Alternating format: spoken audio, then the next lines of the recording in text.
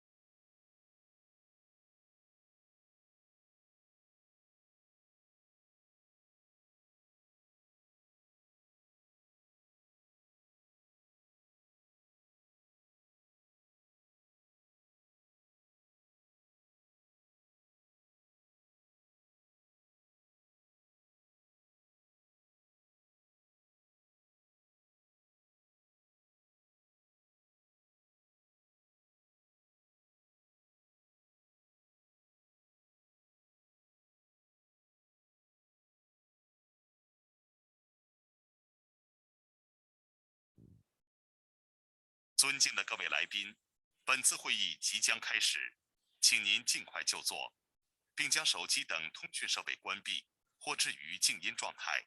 谢谢您的合作。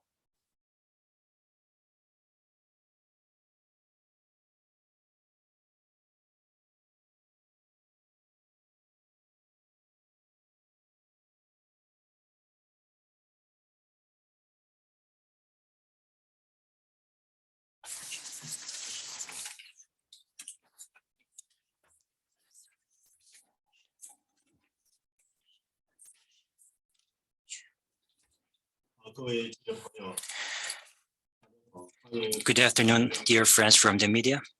Welcome to today's 76th press conference on Xinjiang Autonomous Region. I'm the spokesperson of People's Government, Xu Guixiang. First of all, I would like to introduce the attendees of today's press conference. Spokesperson of the People's Government of Xinjiang, Alleviation Anayet.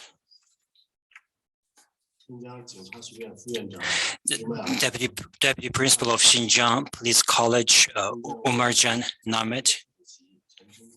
Deputy President of Federation of Trade Unions of Xinjiang, Chen Zhongquan. And President of Xinjiang Cotton Association, Wu Shen. And President of Trade Unions of Xinjiang Zhongtai Chemical Company Limited, Shi Xiaoke.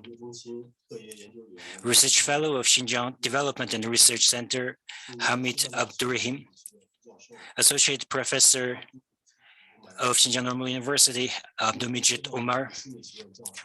Professor of College of Psychology of Xinjiang Normal University, Mahbret Kanji.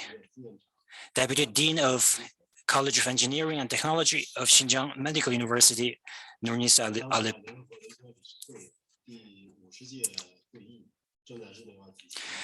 Geneva is hosting the 50th session of United Nations Human Rights Councils.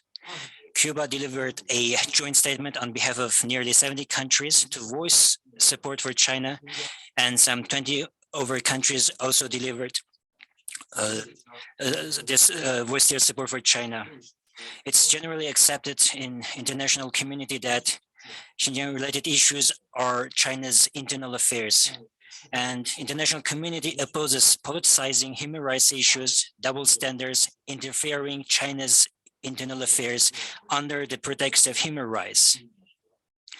America and some Western countries are slandering and smearing Xinjiang, which seriously violates the international law and basic norms governing international relations. We strongly oppose that. Today's press conference will focus on the theme of the concept and practice of respecting and protecting human rights in Xinjiang. Since the 18th CPC Congress, Xinjiang has pursued a people-centered vision of human rights. We adhere to the concept of people's right to a happy life is the most basic human rights. And we try to iron out the main issues that the common people are concerned about. And the sense of fulfillment, happiness, and security of people of all ethnic groups in Xinjiang are consistently increasing. We consider that a country's human rights condition is essentially gauged by whether its people's core interests are protected or not. We consider the rights to subsistence and development as primary and basic human rights. We fight against terrorism in accordance with the law. We maintain social order. Nowadays, people of all ethnic groups in Xinjiang enjoy a safe social environment, better education, a more stable working environment, a more satisfactory salary, and better social security, and also better healthcare services. So we can see that this is the vivid indication of what we have achieved in terms of Xinjiang's human rights. And we consider that human rights must be grounded in a country's national reality. We combine the universal value of human rights with the reality of Xinjiang. And based on the regional characteristics of Xinjiang, we ensure all Xinjiang citizens different types of human rights. All the achievements of Xinjiang's human rights have are being got by people of all ethnic groups in Xinjiang. All ethnic groups of Xinjiang are all participants and beneficiary and supporter of Xinjiang's human rights cause. And we consider the rule of law as the basic guarantee of human rights. We insist on equality before the law. And we make sure that human rights can run through the legislation, law enforcement, judicature, law abiding. We also ensure people of all ethnic groups to take part in the democratic election, consultation, decision-making, and management supervision processes. So the level of legal protection of human rights in Xinjiang are increasingly going up. And we think that in terms of human rights protection, no one can claim perfection, and there is always room for improvement. Some Western countries are falling into turmoil of political parties, fierce struggle, and government dishonesty, social disorder, epidemic out of control, political polarization, and widening gap between the rich and the poor, and ethnic confrontation are intensifying. Racism, the populism, and xenophobia are being rampant. And their human rights situations are also appalling. Under the banner of universal human rights and human rights above sovereignty, they interfere in other countries' internal affairs. America and some Western countries, they not only neglected the human rights achievements in Xinjiang, they also slandered that Xinjiang committed so-called genocide and crimes against humanity. It's a typical indication of hegemonism. This is a typical power politics. The United Nations Convention on the Prevention and Punishment of the Crime of Genocide gives a very clear definition of what genocide and what crimes against humanity are. Those Western countries are not qualified to define the human rights situation in Xinjiang. They are not qualified to interfere and meddle in other countries' internal affairs. They should have gauged their own human rights situation in their own country. So they've been doing their best to make up and fabricate lies to achieve their hidden agenda, which is to disrupt Xinjiang, undermine China, and safeguard their hegemony. So which is the main topic of today's press conference. Coming up next, I would like to invite Mr. Alleviation. Next, let's welcome the Vice President of Xinjiang Police College, Mr. Namath, to share with us the protection of human rights in the counter-terrorism effort of Xinjiang. Focused on the counter-terrorism effort in Xinjiang, the human rights protection, I'd like to brief you on the two main aspects. First, the fundamental objective of the counter-terrorism efforts in Xinjiang is to fully protect human rights. Any act of terrorism, regardless of its motive, when it occurs, or by whom it is committed, it is a criminal act. The World Conference on Human Rights has issued the Vienna Declaration and Program of Action. It clearly stipulates that all forms of terrorist activities, means, and practice are activities aimed at the destruction of human rights, fundamental freedom, and democracy. The direct violation of human rights by terrorism is manifested in the fact that the terrorists carried out lots of terrorist attacks against the civilians and infringed their right to life and health and endangers right to development. The countries with frequent terrorist activities, the people live in miseries and economic recession, and their right to development cannot be guaranteed. Without solving the terrorism, the right to development cannot be effectively protected and promoted. Facts have shown that terrorism is the enemies of human rights protection. To counter terrorism is not a violation of human rights, but for the protection of human rights. Terrorism is a worldwide phenomenon, and to elimination of the terrorism should be the responsibility of all the countries. Counter-terrorism effort in Xinjiang is based on the reality of Xinjiang and the rest of the country, while drawing on the experience of other countries. The government prioritizes safeguarding the fundamental interests of all ethnic groups. Starting by addressing deep-seated problems, China has worked to explore effective and law-based approaches to counter terrorism and de-radicalization to protect the people from the terrorism and extremism. It is in line with international conventions and recognized by the international community. Secondly, Xinjiang sticks to the principle of rule of law. And it is in line with the equality principle. It is stipulated in the counter-terrorism law of China that in counter-terrorism work, citizens' freedom in religious belief and ethnic customs shall be respected. Any discrimination based on regions, ethnic groups, religions, and other grounds shall be prohibited.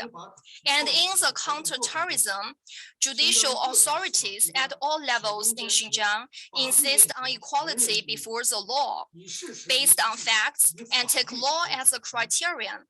They dealing with cases according to its nature. resolutely safeguard social justice. Judicial organs at all levels strictly follow the principle of legality, presumption of innocence, evidence based on verdict, to ensure the criminal suspects receive fair trial. And every citizen is equal in front of law, not targeted at any specific regions, ethnic groups, religions, and prohibit any form of discrimination. In terms of convictions, anyone who commits a crime, regardless of his status or contribution, subject to criminal investigation. In the measurement of penalty, based on the facts of the nature and the circumstances and the degree of harm to society of the crime, the criminals are punished according to law. Second, the process and the judicial organs at all levels in dealing with the terrorist-related cases to ensure the results are fair and just. It is in line with the substantive laws, and the judgment process is also fair and just. It is conform to the legal procedures. And the litigious activities is conform to the legal procedures, such as the division of jurisdiction, compulsory measures, and the conditions and degrees and limits of the exercise of power. And for example, the evidence collected in violation of the legal procedures cannot be taken as basis for verdicts. Confessions of suspects and defendants illegally collected by torture cannot be taken as the evidence. And the judicial organs in dealing with cases, they will consult with the criminal suspects. For those who are able to hire lawyers, they will hire the lawyers by themselves. And for those who cannot due to financial difficulties, the relevant departments will appoint lawyers for them to defend them, to protect their right to defense. The judicial authorities at all levels in Xinjiang, in dealing with the cases, they fully respect the criminal suspects' right to use their own spoken and written languages. And the judges who are proficient in minority languages are given the priority to hear the anti-terrorism cases. And for those criminal suspects who are not familiar with the Chinese language, the notice of court hearing, summons, rulings, judgment, mediation letters, and the relevant decisions will be translated into their own languages. And for the criminal suspects who are not familiar with the Chinese language, and we will provide them with the translation. And in the making and delivery of the judgment documents, and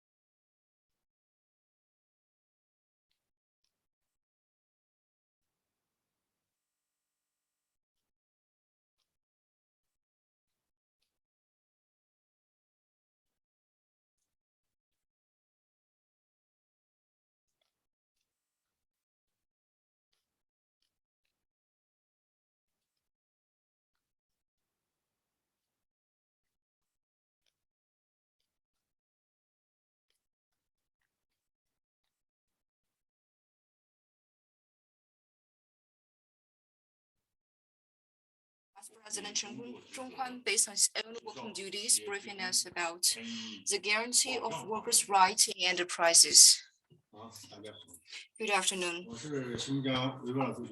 I'm the Vice Chairman of the Federation of Trade Unions of the Xinjiang Uyghur Autonomous Region. Today, I would like to introduce two aspects to you. One is the trade union organization in Xinjiang, and the other is a situation of employment and protection of workers' rights and interests in Xinjiang enterprises.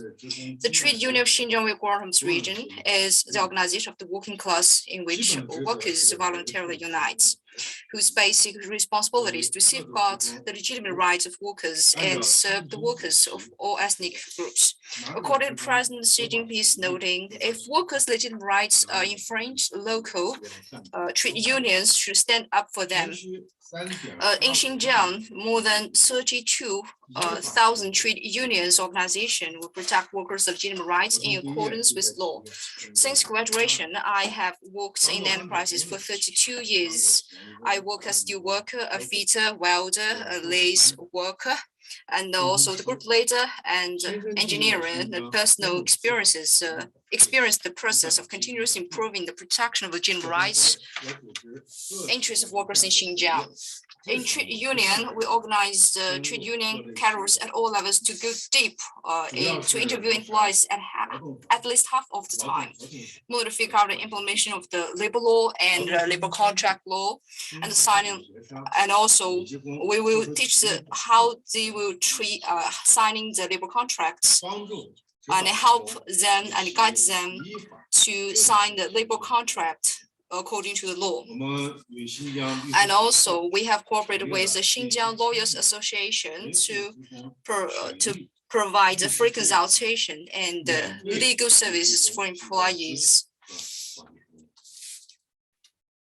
Let me give you an example. Last year, I went to textile enterprises for survey, and I have seen that due to the adverse effect caused by rumors and standards by anti-China forces in the United States and the West, the export orders of enterprise plummeted, and it was forced to stop production. It could only pay basic living expenses to the employees of all ethnic groups.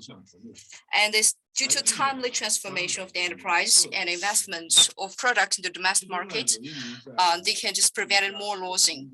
And one of the Uyghur worker, who have worked in this enterprise for more than 12 years, she said she did not know who was forced by the so-called forced labor alleged by the US and the China forces. But the United States and other anti-China forces are depriving her of opportunities for employment, also cutting off her access to get paid to labor and access to happy life. According to statistics of relevant institutions, nearly 1,500 enterprises in Xinjiang have expressed ISO 40,000 environmental management system certification, and nearly 1,500 enterprises have passed ISO 18000 occupational health and safety management system certification. As we all know, any enterprise that have passed the above two certifications have been recognized by the international organizations for standardization in terms of labor protection, working environment, labor remuneration, and health management. So from this part, we can see that the so-called forced labor of China was fabricated by anti-China forces in the United States, and it's totally out of nonsense. In addition, we also see that enterprises and the government have created a comfortable working and living and entertainment environment for employees. In industry parks with intensive labors, we have set up more than 500 workers clubs and more than 2,020 outdoor worker service stations, as well as 4,622 female workers rest nursing rooms. We also build the outdoor workers for migrant workers as a main body for nearly 10 million. In order to enrich the cultural life and leisure of the employees, the factory has generally set up recreational and sports activities rooms and bookstores and other, and we also have a lot of art shows and other recreational activities after work. So it can be said that legitimate rights and interests of workers in Xinjiang have been fully protected. They have access to free, decent, and happy work. So all of Xinjiang's laborers can have a right to choose what they want to go and what kind of jobs they want to pick, all out of their own voluntariness. Any ethnic migrant workers with Xinjiang origin are fully guaranteed in terms of religious belief, ethnic culture, and the use of language and writing. The next part, we'd like to invite the Association of Courts, Association Court Director to introduce how Xinjiang's court industry promotes employment. Good afternoon, everyone. I am the president of the Xinjiang Cotton Association, Wu Sheng. Now I would like to brief you on how Xinjiang's cotton industry promotes the employment. Over a long period of time, Xinjiang Cotton Association is devoted to enhance Xinjiang's cotton industry and develop high quality and sustainable to achieve high quality and sustainable development. We follow the guidelines of being environmentally friendly, decent labor, high quality and trackable when producing cotton and cotton-related products. Xinjiang boasts a unique geographical condition with abundant sunlight, which makes Xinjiang the main production base of high quality cotton in China. And Xinjiang is the only long staple cotton producing base in China, also one of the most important cotton production base in the world.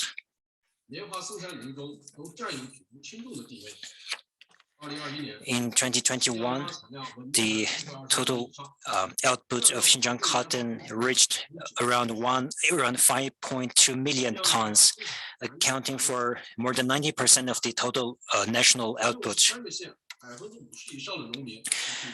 And about 63 counties in Xinjiang, more than 50% of the farmers in Xinjiang grow cottons, which has become the main source of income for Xinjiang's farmers.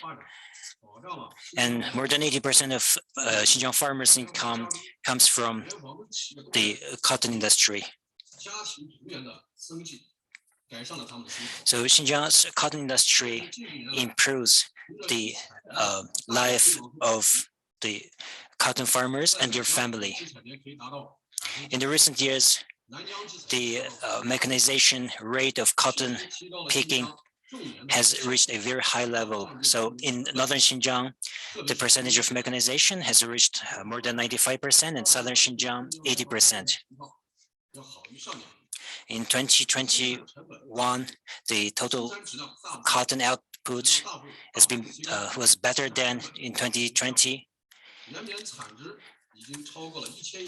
And the total value of Xinjiang's cotton industry reached 100 billion RMB. It accounts for 43.1% of the total Xinjiang's agricultural output, and 23.2% of Xinjiang's farmers' incomes came from the cotton industry. Now, the total Xinjiang cotton textile capacity is exceeding 20 million spindles, providing job opportunities for more than 1 million people. In 2021, America and some other anti-China Western forces imposed sanctions on Xinjiang. But we organized the employees to tell the truth so that to refute the allegation and slander of the Western anti-China forces. Also mean safeguarding the legitimate rights of cotton industry and cotton enterprises. Also, we play a role as a bridge between the government and enterprises and cotton farmers. Taking this opportunity, I want to welcome the other overseas brands and national enterprises in cotton supply chain to witness the booming cotton industry in Xinjiang and how mechanized the Xinjiang's cotton picking process was, so that you can have the better understanding of however farmers and the local people of Xinjiang get employed, so that you can make a right business decision. Next, let's invite the contract research fellow from the Xinjiang Development Research Center, Mr. Hamid Abdurrahim, to give us a brief introduction about the laborers in Xinjiang created happy lives through labor. Because of my work, I often go to all parts of Xinjiang for field research, and I carried out depth exchanges with the laborers in Xinjiang. And I found out that through labor, to have the happy lives and realize their personal dreams is the most powerful internal driving. And the first labor in Xinjiang is the lies fabricated by the US. For more than a decade, I have traveled around Xinjiang, and I have seen that all the laborers, they have worked and achieved happy lives. In Ruoqiang, the people, they get rich by planting the dates. And in Shufu County, the villagers, they have turned from farmers into industrial workers, and they have the stable monthly salaries. In Pishan County, the people, they get rich by through the breeding industry. And in Aksu, the large-scale mechanical equipment worked in the cotton fields, and they have better lives. And in the ancient city of Kashgar, the people live in the traditional Uyghur houses, and they get rich through the tourism, and they receive the tourists from home and abroad. And I have seen many other examples with the support of the government.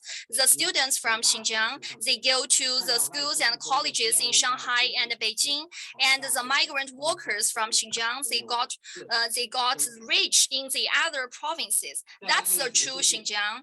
I like to share with you several statistics. The first is the zero.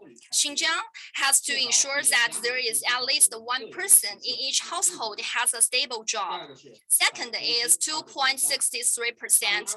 In the first half of 2021, 302,300 new jobs were created in Xinjiang, and the registered unemployment rate in Xinjiang is 2.063%. Third is 3,500 yuan. That is the monthly salary for the employees of cotton textile enterprises. Fourth is about 2.21 million. In 2021, Xinjiang has carried out the trainings for 2.21 million people, so they have realized a higher employment. Just behind the figures is the achievements of the laborers in Xinjiang, but the US has ignored all those facts and they fabricated a series of charges. And hereby, I like to ask 3 questions to the US. First, to earn money and to live better lives through labor is the human nature. Do we need to force them? And the labor is the voluntary choice of the workers in Xinjiang, and through their own hard work, they have better lives. And for those lazy bones, they just sit there and wait for the subsidies from the government. We look down upon those people. Second, to create conditions for the laborers is the responsibility of the government. How come it is first? I also noticed that employment is also one of the publicity stunts in the presidential elections. So in Xinjiang, the government carried out effective measures to develop labor-intensive industries and to get more money for them. How come it is forced? With the same measures in the USA, it is to comply with the public opinions, but in Xinjiang, it is mirrored as a forced labor. That is the double standards. Thirdly, the protection of the labor rights in Xinjiang. Do they need the US politicians to care for them? The China's legal system provides strong support for the protection of workers' rights and interests. The trade unions, labor labor arbitration authorities and the labor supervision institutions protect the interests and rights of the workers in Xinjiang. So they work in the freedom, equality, and the security conditions. Lastly, the U.S. fabricated lies of forced labor, and their motives are known to all. They just want to destroy China's participation in the global industrial chain and deprive the people in Xinjiang their right to labor and right to development. And they want to create chaos in Xinjiang. In the face of the fact, their conspiracies will end in failure.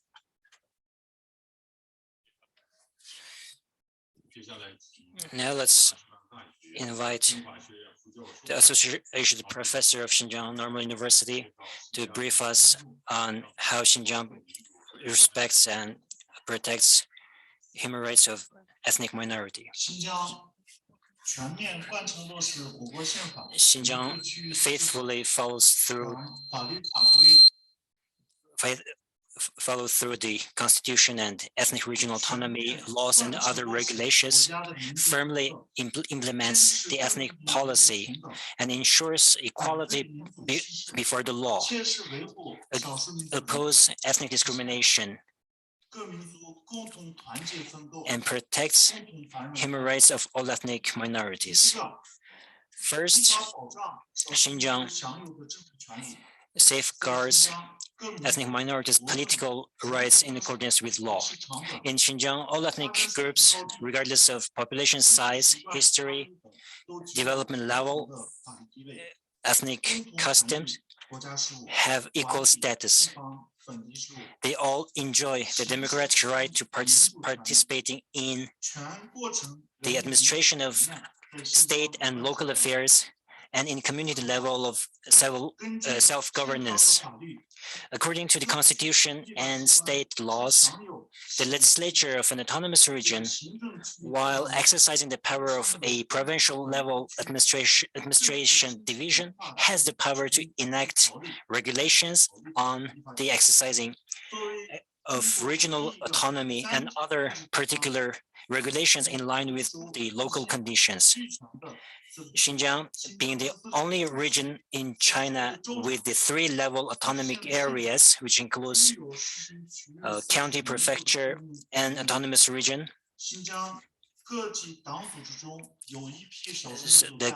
the chairman of the regional government and the governor of the prefecture and head of the counties, usually ethnic minorities, hold those positions. And ethnic minorities also enjoy the right to vote and stand for election. In the 13th Xinjiang Regional People's Congress, the number of ethnic minorities deputies takes up 64.2%. And in the regional People's Political Consultative Committee, the number of ethnic minority deputies account for 46.7%. Second, Xinjiang safeguards the use and development of the language of ethnic minorities. The languages of ethnic minorities are extensively used in education, judicature, administration, public affairs. In Xinjiang's primary and secondary schools, the courses on the ethnic minority languages are provided, including Uyghur, Kazakh, Kyrgyz, Mongolian, and Shibo. And multilingual public science and services are available at shops, post and telecommunication offices, medical institutions, and transport facilities. Xinjiang radio television station have 12 channels in 5 different languages, including Chinese, Uyghur, Kazakh, Mongolian, and Kyrgyz. Third, Xinjiang safeguards the cultural rights of ethnic minorities. Xinjiang attaches great importance on the protection and development of excellent ethnic cultures. such famous cultural heritages like Uyghur 12 Mukam, Kyrgyz epic, Manas, were all included in the UNESCO representative list of the tangible cultural heritage of humanity and the UNESCO list of intangible cultural heritage in need of urgent safeguarding. And Uyghurs, Meshrep, Kazakh, Aitish, and Kyrgyz, Komuz Aitish, and Mongolians, Nadam, and Shibo ethnic group, Shibo's westward movement festivals are widely celebrated. Fourth, Xinjiang safeguards the rights to believe in the religion of ethnic minorities. So it's of their own accord to choose whether believe or not believe in any religion. All the citizens have right to take part in religious activities in accordance with the law in the religious venues or at home. So that they can pray, they can fast and celebrate religious festivals. All these normal and legal religious activities are protected by the law. Some other religious classics like Holy Quran and selection of Bukhari were translated into Chinese, Uyghur, Kazakh, and Kyrgyz. And in Xinjiang, people have various ways to learn receive religious knowledge. In Xinjiang, there is one religious institute, Islamic institute, and 8 branches of Islamic institute, which plays an important role in preparing the future Islamic clergies. The 5th, Xinjiang actively promotes the health rights of all ethnic groups. Before the establishment of People's Republic of China, the social economic development of Xinjiang was backward and the population size was small, badly educated, and with a very short life expectancy. From the first national census in 1953 to the 7th national census in 2020, the total population of Xinjiang was increased from 25,852,000 from 4.78 million to 25,852,000 people. Among them, the Uyghur population increased from 3,600,000 to 11,624,000 people. And the family planning policy law of China was implemented in the other provinces first and Xinjiang later, and relatively loosely in Xinjiang. In 1992, the family planning measures of Xinjiang Uyghur Autonomous Region indicated that one Han Chinese couple can give birth to only one child, whereas ethnic minority couples in the urban areas can give birth to 2 children, and in rural areas to 3 children. With the improvement of economic and social development and the convergence of the kid-bearing wishes, in 2017, Xinjiang revised its regulation on population and family planning policies, which stipulated that all the couples in the urban area can give birth to 2 children, and in rural areas can give birth to 3 children. It should be noted that all the people in China are free to choose their method of contraception. Xinjiang implements family planning policy in accordance with law, and people are free to choose the contraception measures. Now let's welcome the professor from the School of Psychology of Xinjiang Normal University to share with us the right of education in Xinjiang. And the right to education is one of the basic rights enjoyed by citizens and guaranteed by the state. And with the support of the central government, Xinjiang has taken measures to give priority to the development of education, so children of all ethnic groups, they could enjoy a high quality education. And the right to education is fully protected. The Chinese government has attached great importance to the education for the ethnic minorities, and they have stipulated a series of laws and regulations. Xinjiang has increased the investment in education, continued to implement the projects of benefiting to people through the education, let more children from poor areas to enter schools, and Xinjiang promoted the integration of the education of urban and rural areas, so every child could enjoy the fair and high quality education.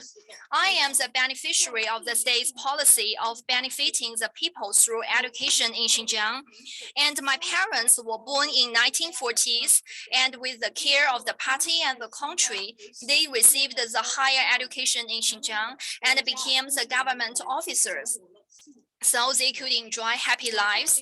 And I was born in 1970s, and when I was a child, I never expected that I could go out of Kashgar and go to Beijing to realize my dreams and become a doctor of psychology professor and a doctoral supervisor, and benefited from the preferential policies of the country. And I got this opportunity, and I was enrolled by Beijing Normal University, and I could enjoy the preferential policies and receive the opportunity to work for the master and the doctoral degree.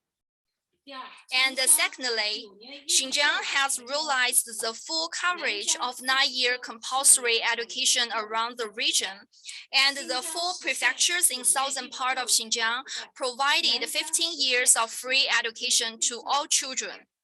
Thus, every child could enjoy the fair and high quality education. According to statistics, in 2021, the gross enrollment rate of the preschool education in Xinjiang is 98.19%, and for the 9-year compulsory education is 95%. The gross enrollment rate of senior high schools reached 98.87%. Xinjiang enhanced the development of boarding schools, and to solve the difficulties for the children in the agricultural and pastoral areas. And there are the senior high school classes outside of the region. By the end of 2020, a total of 162,000 people have been trained, of which 138,500 were ethnic minorities, accounting for 86%. And Xinjiang has realized the dynamic zero system for the poor students in the poor families to realize the 9-year compulsory education. And the modern vocational education system has been established.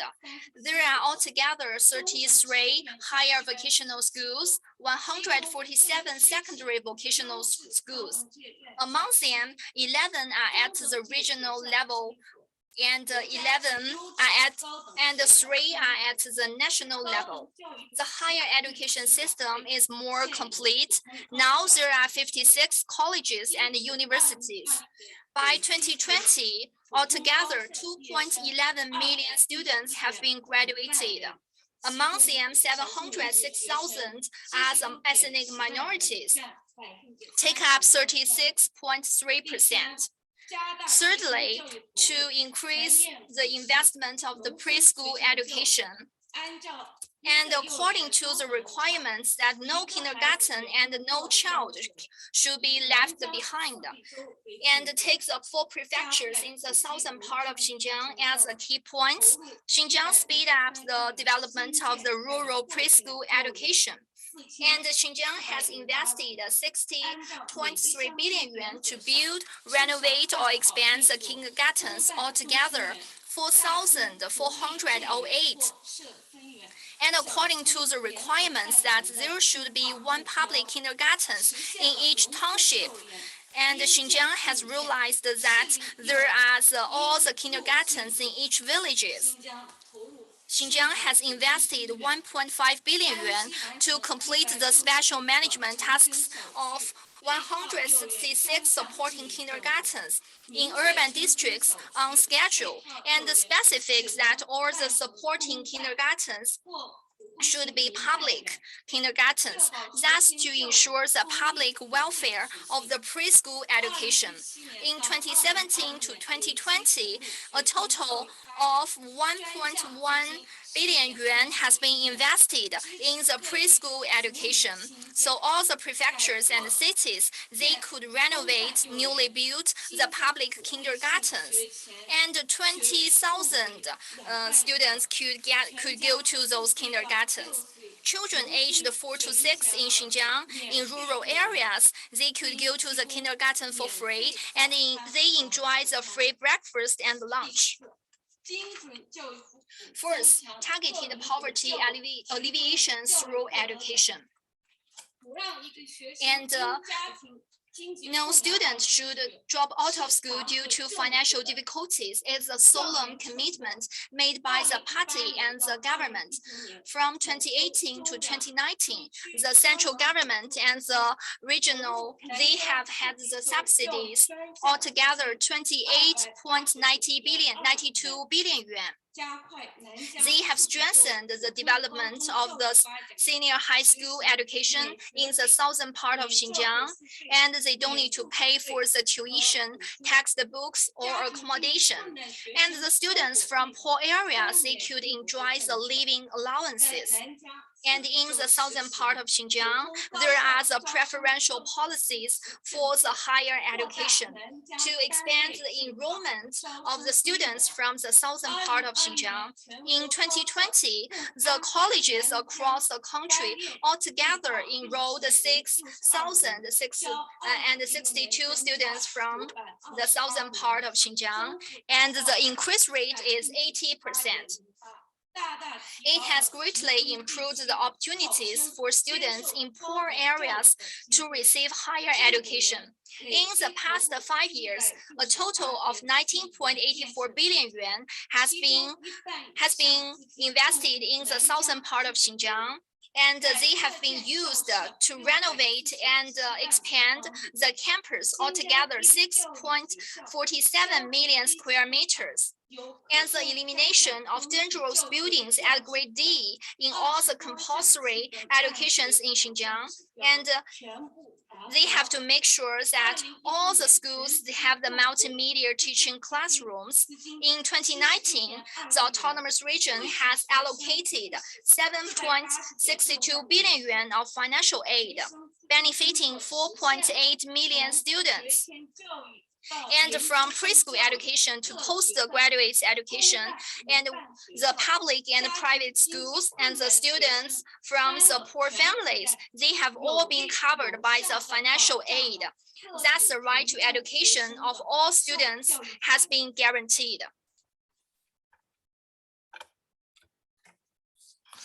Next, I would like to invite the Xinjiang Medical University School of Medical Engineering to give us introduction about how women and children's rights are fully guaranteed.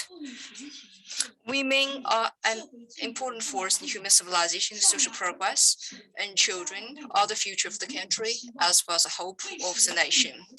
So in order to further consolidate and develop the rights of women and children in the fields of health, education, social security, and welfare, family, and so on, Xinjiang has issued the Women's Development Plan of Xinjiang Uyghur Autonomous Region 2021 to 2025, and the Children Development Plan of Xinjiang Uyghur Autonomous Region 2021 to 2025, which requires the implementation of the basic national policy of gender equality and the principle of giving priority to children.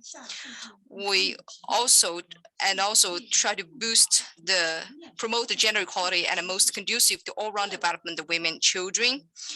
These two plans have already give us important plans and opportunities for development of comprehensive development, and also of great importance for accurate grasping the development stage, thoroughly implementing the new development concept, as well as the promotion of high quality development of the cause of women and children of all ethnic groups in Xinjiang, and accelerating the construction of new development diagram. Recent years, the US and other anti-China forces have spread lines of Xinjiang persecute women and children, which go against the facts. Xinjiang attaches great importance to the work of women and children, focuses on solving problems in the development of women and children, as well as effective protection of the human rights of women and children. Currently, women of all ethnic groups in Xinjiang have more diverse ways to participate in decision-making and management, steadily improve their economic status, with significantly improved in the health status, and it also further improved their education level and increasingly optimizing development environment. Children of all ethnic groups in Xinjiang enjoy equal public services, complete and superior Wi-Fi policies, and they also have a harmonious family and social environment. And people of all ethnic groups, children of all ethnic groups have already got views of health, education, welfare, family, legal protections have always been fully protected. And the rights of women of all ethnic groups in Xinjiang have been effectively protected. For example, in terms of health, women of all ethnic groups have access to high quality, efficient, and affordable medical health care services through in-depth promotion of medical insurance and pharmaceutical linkage reform and overall reform for the regulatory system. In 2021, according to the survey data of the research team of Xinjiang University, in 5,600 questionnaires, nearly 98.9% of female interviews have more than one free physical examination every year, avoiding the occurrence of major diseases. In terms of employment, we have continuously increased assistance, help the women find employment through multiple channels, and also we have improved the women's income levels. So children of all ethnic groups in Xinjiang have been fully guaranteed. For example, in education, Xinjiang has continued promote the polarization of preschool education. Xinjiang has implemented the preschool education action plan, expanded the supply of comprehensive preschool education resources, and so as a Uyghur female intellectual, my experience is an evidence that the human rights and interests of women and children have been fully protected in Xinjiang. I was born in Kashgar, Xinjiang, and I have already got a lot of help from the teachers from Shandong province. I was admitted by Qingshan Senior High School in Jiangsu province. So during my 4 years of schooling in Jiangsu province, I didn't pay tuition fees and have free accommodation. Later, I successfully entered university and studied for undergraduate, master's degrees, and doctor's degrees. After graduation, I came back to Xinjiang Medical University to work. So teamed up with the excellent team, I have already got across cooperation programs and construct my own team and cultivate my students. And we have already made breakthroughs in the field of biomedical optics. So stories like mine are numerous in Xinjiang. There's no doubt that the protection of women's rights in Xinjiang are in the essence of human rights undertakings, and it has already been integrated into the link and each part of Xinjiang's economic and social development. Currently, Xinjiang society remains stable, and people of all ethnic groups live and work in peace and contentment. In recent years, I have conducted conducted field research in many places in northern and southern Xinjiang. During the conversation interactions with people for ethnic groups, I can feel their enthusiasms for life, their satisfaction to current life, and the longing for the future. And the people's senses of gaining, happiness, and security is beyond words. Besides, some international figures have witnessed the real human rights protection situations in Xinjiang, and they have spoken highly of Xinjiang human rights development. For example, the British Jason Lightfoot is a vlogger that has been living in China for decades. He has reviewed the foreign media's lies about Xinjiang, disclosing US and other anti-China forces, conspiracies. And also the Israel-based famous vlogger have lived in China for a long time. In 2021, he was interviewed by the media and introduced in detail about his true feelings about Xinjiang. These deeds of people of all justice have reflected Xinjiang's human rights situation. The US and Western societies usually listen to what they say and their voices so as to have an objective look at Xinjiang's fully guarantee of women and children's rights, rather than just following to hype up and smear Xinjiang wantonly. And next, we would like to invite Mr. Xu Guixiang, who has the floor.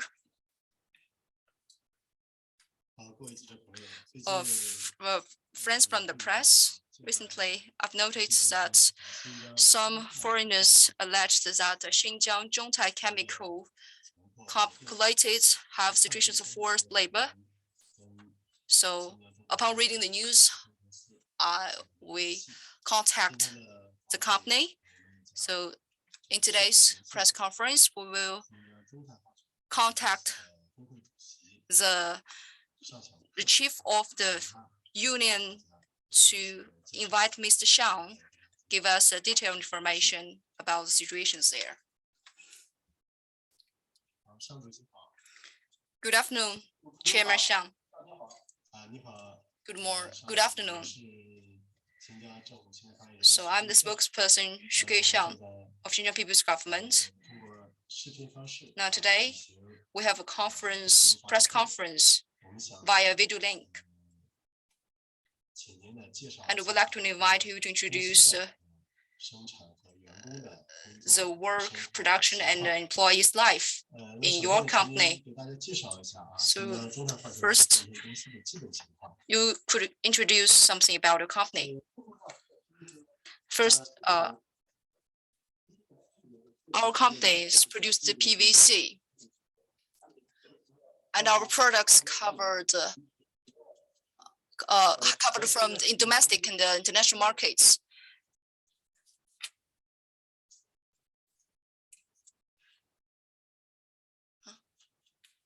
Please.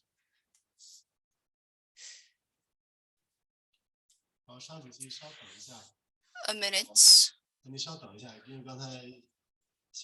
Just now the signal is bad. We can't catch up what you say. Could you please introduce again? Our company is Zhongtai Chemical Limited. It's a company produce PVC related products. It is also it has been good to live in 2005.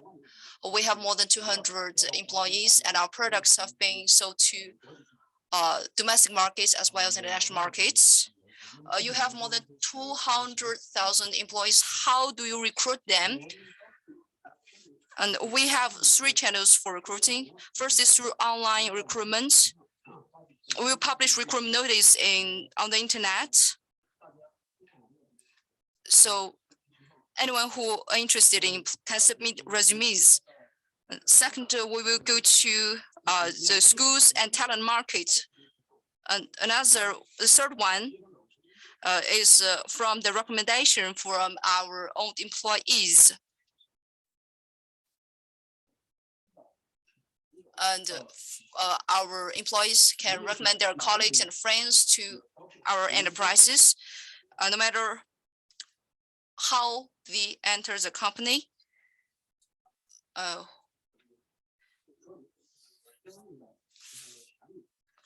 we will tell them their mandates as well as obligations.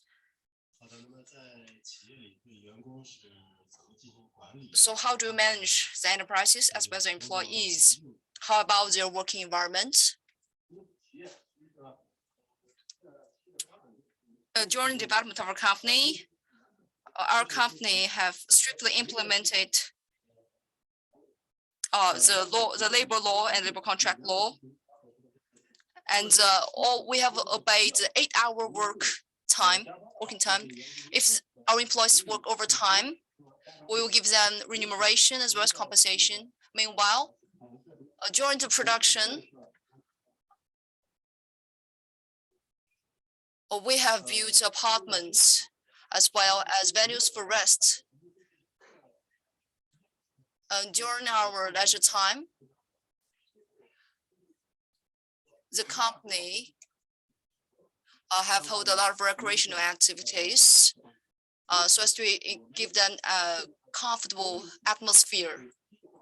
And our working environment is mechanized and automatic.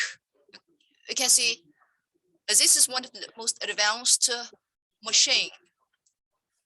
So we can just control it by computer with no manual labors here. So the inspectors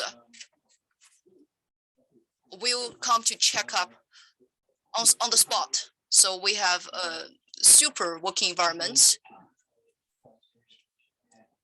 So this just indicates the care of the enterprises. How about your venue and how about the income of your employees? So about income, the operation of our companies is increasing in line with the employees' revenue. We have got of the 17,000 yuan average, and we got a 30% increase on this basis. So most of the income will go to our frontline workers. And also we have already got full coverage of the 5 insurances, and we give them by the highest ratio. For example, the housing fund. And also when our employees having a birthday or give birth to child, or their children get admitted by the university, our company will help them and show them our care. And our largest project is that we have built more than 1,000 houses for our employees, scattered in different zone park. And for those workers who have poor conditions, we have applied 346 government the enterprise subsidized houses. So the senses of their happiness is on the increase. Just now we can feel how your company care about your employees. So if the employees are working in this kind of environment, it must be very comfortable and secured.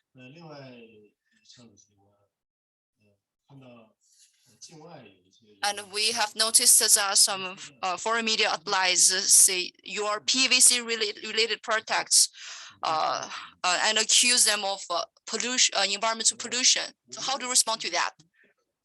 So based on the national industrial policies, as well as Xinjiang's affluent resources in crude source, coal and limestone, we have strived to develop the new technologies. Recent years, we have tried to improve and get innovations.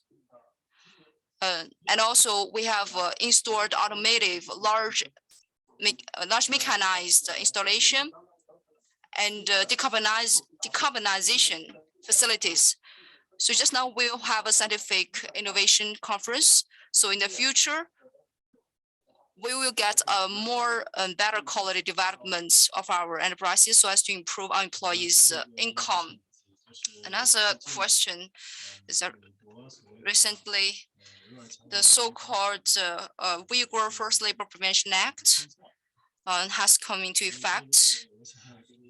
So I would like to know how to respond to this. So with the promulgation of the law, all Xinjiang related products will be seized by the America. So how to respond to that? Through my introduction just now, you can know we have a full protection of our employees' rights. So the so-called forced labor is totally out of nonsense. First, enterprise employment is market behavior, which is choices by both sides. We will not have a forced sales. If you provided very good salaries for the employees, they will come there. And second, the government has been the bridge between enterprises and employees. If we want to have recruit employees, the government will combine the two kinds of requirements to help us recruit better employees, and as well as any workers who want to find a good job. So this is a last. I firmly believe that the high quality product is the best respond to the US sanctions. So we're more committed to the innovation and the production, so as to product highly competitive products. So the market will have the final say. Okay, thanks for introduction. That's our communication. Thanks for support and participation. Goodbye.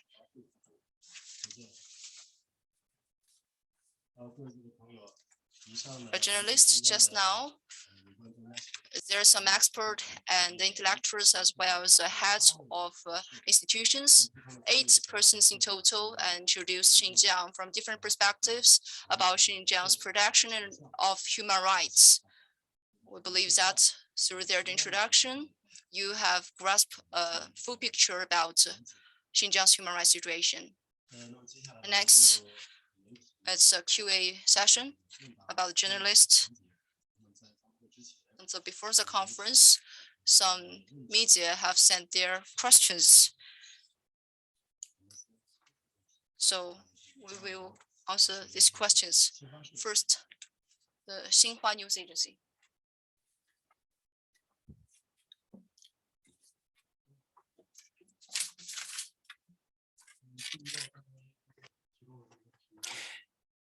As you mentioned, on the 21st of June, the Uyghur Forced Labor Prevention Act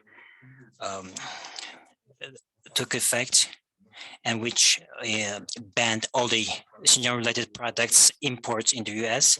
And what is your response to that? Thank you for your question.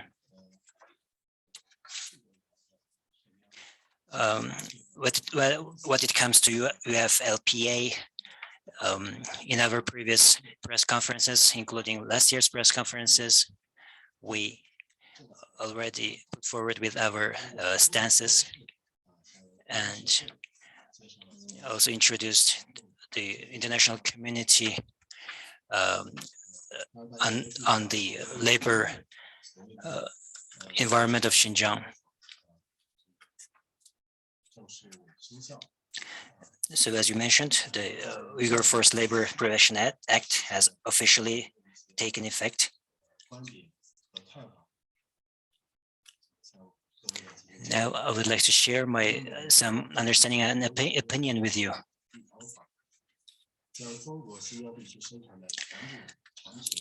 Based on the UFLPA, they labeled all the products that are produced in Xinjiang as products produced by so-called forced labor, and imposed ban on imports of Xinjiang-related products into US markets. It's an escalation of US suppression on China under the pretext of human rights. The relevant decision by the US posed a severe harm in the interest of relevant enterprises and consumers of 2 countries, also seriously undermining the international trade regulations and destabilizing the supply chain, in violating the international laws and norms governing the international relations. So I want to make it clear that the so-called forced labor allegation was a lie fabricated by the US and some other Western countries. So there is no such thing as the forced labor in Xinjiang. First, some relevant response by the US lacked legal basis. So there is a clear definition of forced labor in international law. According to the ILO Forced Labor Convention from 1930, the forced labor or compulsory labor refers to work or service which is exacted from any person under the menace of any penalty. These threats, including the violence and some other forms of threat,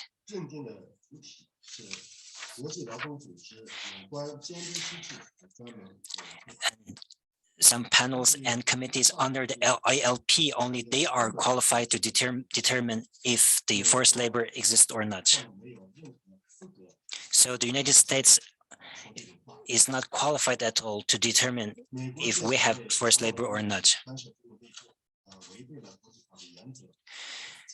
So US allegations of forced labor violated the international relevant laws. This is my first opinion. So second, so the US moves are not in line with the truth. So the Chinese government already ratified the Forced Labor Convention of 1930 and some other 28 international labor-related conventions. So we adopted and transformed the international labor standards. So with the help of legislation and policy making, we safeguard the labor's rights. So we encourage the workers to get employed based on their own free will and let markets regulate the employment. The government assists the employment and promote the startups. So all of the workers, they are totally free to choose their own profession. So there is no restriction at all in terms of their personal choice. So what the government should do is to create a better working environment for our employees, so that they can find a satisfactory job and get a stable income, so that safeguard the labor's right to the maximum level. So-called the forced labor allegation by the US and some other Western countries are not in line with the truth face. And thirdly, the US practice is illogical and unreasonable. And Xinjiang has always upheld the people-centered development philosophy and has attached great importance to the improvement of people's livelihood. And Xinjiang has tried every means to help the development of the enterprises and find more opportunities of employment for the people, and to create more opportunities for them so they could change from the backward and in the past, and we have held many press conferences via the video link and to show you, especially the southern part of Xinjiang and about their lives in Xinjiang. And meanwhile, we have had many comparisons that in the past, the southern part of Xinjiang, especially the rural areas, they live in the adobe houses and they drink the water from the dam. and the children, they could not enter the schools, and with very weak conditions of the medical services. But through our efforts for all those years, and the people in the southern part of Xinjiang, they live in the spacious and clean houses, and they have experienced a great improvement in the medical service. So people of all ethnic groups in Xinjiang, they have been benefited from the human rights protection, and the government has helped all the people to live better lives. And it is comply with the public opinion. It is benefit to the people, and there is nothing wrong with it. And fourthly, the US practice doesn't even make benefit to itself. The US has always wielded the sanction sticks to China. But from the actual situations, we can see that the US enterprises are the first and the direct victims, and the US importers are the direct victims of the act. And actually, the industrial and agricultural products in Xinjiang have been deeply integrated in the global industrial and the supply chains. To trace the source of one commodity, whether it is from Xinjiang, is the mission impossible. Nowadays, the US government has thrown off the burden to the importers. So the importers, they have to spend much human resources, materials, and finances to prove otherwise, and the compliance cost will greatly increase. And we have been noted that all those importers, they suffered a lot and they complained a lot. And in order to complete the task, the enforcement authorities in the US, they will confiscate, detain, and the imports. That's to cause the disruption of the supply chains. And the US consumers, they have to pay the bill for the rising prices. And the US government, they have used the malicious laws to fabricate facts and assumed the products that made in Xinjiang as the products made by the forced labor. And they also required the global importers to prove by themselves, otherwise the goods will be detained or confiscated. And this is a blatant robbery. And this is the robber logic. And we can see that it is a forced unemployment, and it is a Cold War mentality. And the real purpose of the US move is to smear Xinjiang and to disturb our stability and prosperity, and to interfere with our internal affairs and to contain China's development. The US move is bound to fail. Okay, that's all our opinions on this issue. Okay, any more questions?